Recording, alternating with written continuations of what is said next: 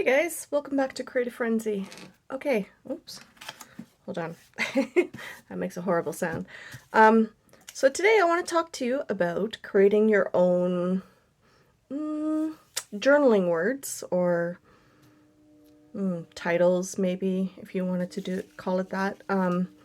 Just, I want to call them graffiti. I guess it's pseudo graffiti. Let's call it that, pseudo graffiti. So basically what you're doing is you're taking your Spectrum Noirs or any chisel tip marker that you have. I got these ones at the dollar store, Dollarama here in Canada. Just alcohol-based ink because they're nice and bright and they'll stand to a lot of other things you're going to do to them or that you could potentially do to them. I also have Spectrum Noir. This is one of my favorite colors. I love this green. So anyway, pick a couple, come create with me, and, you know, let's make some graffiti words and have fun with it. I've never done graffiti. It's, you know, I'm not a goody two-shoes or anything, but it's not something I have ever done myself. But I have seen some gorgeous graffiti, and I wanted to create some of my own. So basically, all you're doing is using a marker, a pair of scissors, and some old book pages. If you have a book that you ripped apart, you know, let's use that up because it's easy and it's always nice to see text in behind other things that you have already created. So most of the work is done for you and it looks really cool on a page. So I wanted to show you in my art journal, actually. I've done it on a couple of them. Let's see. So here I've done the graffiti. Well, graffiti. Pseudo graffiti. Let's just call it that way. My handwriting is not the neatest, so I use stamps. And then I take my alcohol ink markers, and then I cut out each word individually.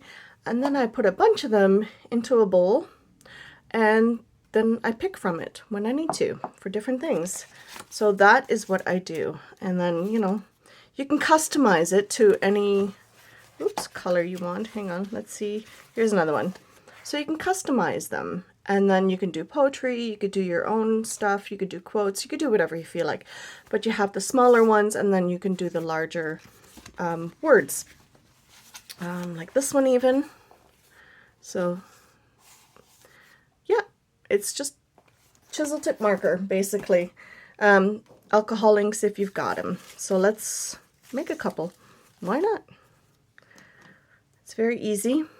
So let's see. Maybe we'll choose a dark color because then you can see it a little bit better. Hopefully you can see this. Okay, so let's start with a word. How about... so what you can do is you can do each individual letter or you can do a word together. So, you know, like this one, or even, you know, something like this. The thing I like about these is because they have the double colors, which is kind of nice. And then you can do just the single color, and then you can just cut it out as you want. I don't always want to cut out each letter, so let's just start with something simple. So all you're doing is just writing the word hello. And they don't all have to be the same size. If you don't want to, that is okay too. Now, what I usually do is this is my favorite pen that I use. It's a gel pen, 0.5 millimeters, whatever. Studio gel. I get it at the dollar store. I buy it in a large pack, you know, and I throw them in a jar and I go through them like crazy because they stand the test of time. Let's put it that way.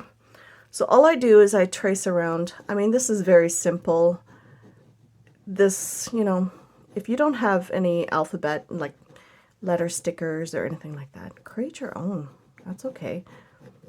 And you can make it a little bit more sketch-like, or you could do very, you know, just very easy, simple, just trace around it. I like to do a couple of times around because it gives it more of a interesting look. I don't know. That's just me, my style. Find your own style if you like. Copy mine, it doesn't matter. But that's all you're doing.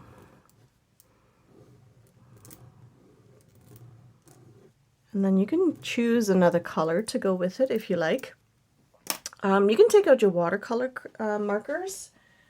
Let's see, these are the Crayola tips. The superfine tips or super tips. So all I'm going to do is just sort of, you know, fill in that little area around the letter between the black line that you created.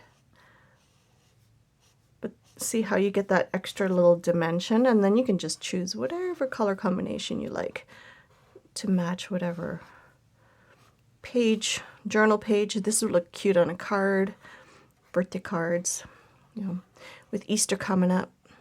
These would be great in pastels. But see how that's just very simple. And then you just cut them out. Simple, right? Easy peasy.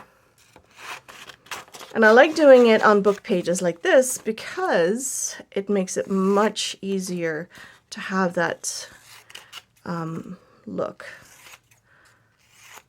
So, and sometimes I'll leave a little bit of white space around so you can see a little bit extra of the book pages. And I just use Mod Podge in my art journals for gluing these down. If you're going to glue them maybe as a title in your, you know, bullet journal or whatever. Look at how cute. And there's no, you know, calligraphy to worry about. I think they work out really well. I'm just only going to do one letter because you don't need to see all of them. You get the idea, right? So yeah, look at how cute that is. And then you can make a whole bunch of these and you can make your own alphabets, you know. You can do any words. You could do a whole bunch of these and then cut them out at leisure. You can do, you know, you could do a whole poem like this. That'd be kind of cool too. But this is the simplest way of doing these that I can think of with just, you know, some basic supplies. The other one that I use is just my stamps, basically. Like, who doesn't have letter stamps, right? I mean, I have a few sets, so you can experiment and play with it as you go. But